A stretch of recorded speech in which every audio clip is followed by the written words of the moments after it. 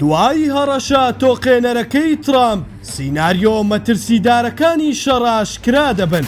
دۆخی ناوچەکە گەیشتۆتە لووتکەی گرژیەکان دوای ئەوەی دۆناڵد ترامپ بە زمانە توند و هەڕەشە ئامێزەکەی هۆشداریەکی تۆقێنەری ئاراستەی تاران کرد. ترامپ ڕایگەیان ئەگەر ئێران تا کاتی دیاری کراو وەڵامی داواکاریەکانی واشنتۆن نەداتەوە ئەوە دۆزەخ بەسەر ئەو وڵاتەدا دەبارێنێت. ئەم لێدوانانە ناوەندە دیبلۆماسیەکانی جیهانی تووشی شۆک کردووە و ئەگەری ڕوودانی جەنگێکی گەورەی لە هەموو کاتێک زیاتر کردووە.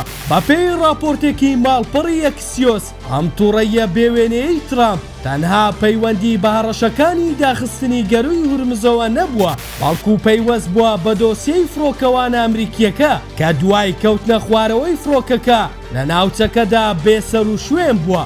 هەرچەندە ترامپ ڕایگەیان کە فڕۆکەوانەکە لە ئۆپراسیۆنێکی سەربازی گەورە و ئاڵۆزدا ڕزگار کراوە، بەڵام ئەم ڕووداوە هێزە سەربازیەکانی ئەمریکای خستە حاڵەتی ئامادەباشی تەواوەوە. پرسیاری سەرەکی ئێستا ئەوەیە ئایا واشنتۆن پابەندی وادەی 48 کاتژمێرەکە دەبێت لە کاتێکدا وادەکە سبەینێ دووشەممە کۆتایی دێت. تۆڕی CBS نیوز لە زاری بەرپرسی کۆشکی سپیەوە دەڵێت ئەگەر جوڵەکانی ئێران بەردەوام بن ئەوە ئەمریکا ئەگەری هێرشی دەست بەجێ بە دوور نازانێت. چاودێران پێیان وایە سەعاتی سفر لە دەستی پنتاگۆندایە، مارز نییە چاوەڕێی کۆتایی هاتنی وادەکە بکەن، بە تایبەت کە ئێستا هێزێکی دەریایی واسمانی گەورە لە سنووری ئاوەکانی ئێران جێگیر کراون.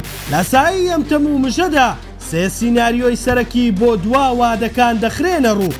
یەکەم، لێدانی نەشتەرگەریانە کە بریتیا لە بامانزگرتنی دامەزراوە بنەڕەتیەکانی وەک کارەبا و ئاو و کێڵگە نەوتیەکان بۆ ئیفلیچکردنی تواناکانی ئێران و ناچارکردنی بۆ دانوستان. دووەم، هەڵگیرسانی جەنگێکی گشتگیر کە تیایدا ڕێڕەوە ئاویەکان دادەخرێن و بنکە سەربازیەکانی ئەمریکا لە تەواوی ناوچەکەدا دەبنە ئامانج. سێەم، پاشەکشەی تاکتیکی دەزوەردانی نێوەنجیرە نێودەوڵەتیەکان لە دوا ساتەکاندا بۆ هێورکردنەوەی دۆخەکە لە بەرامبەر وەرگرتنی هەندێک ئیمتیاز لە هەردوولا.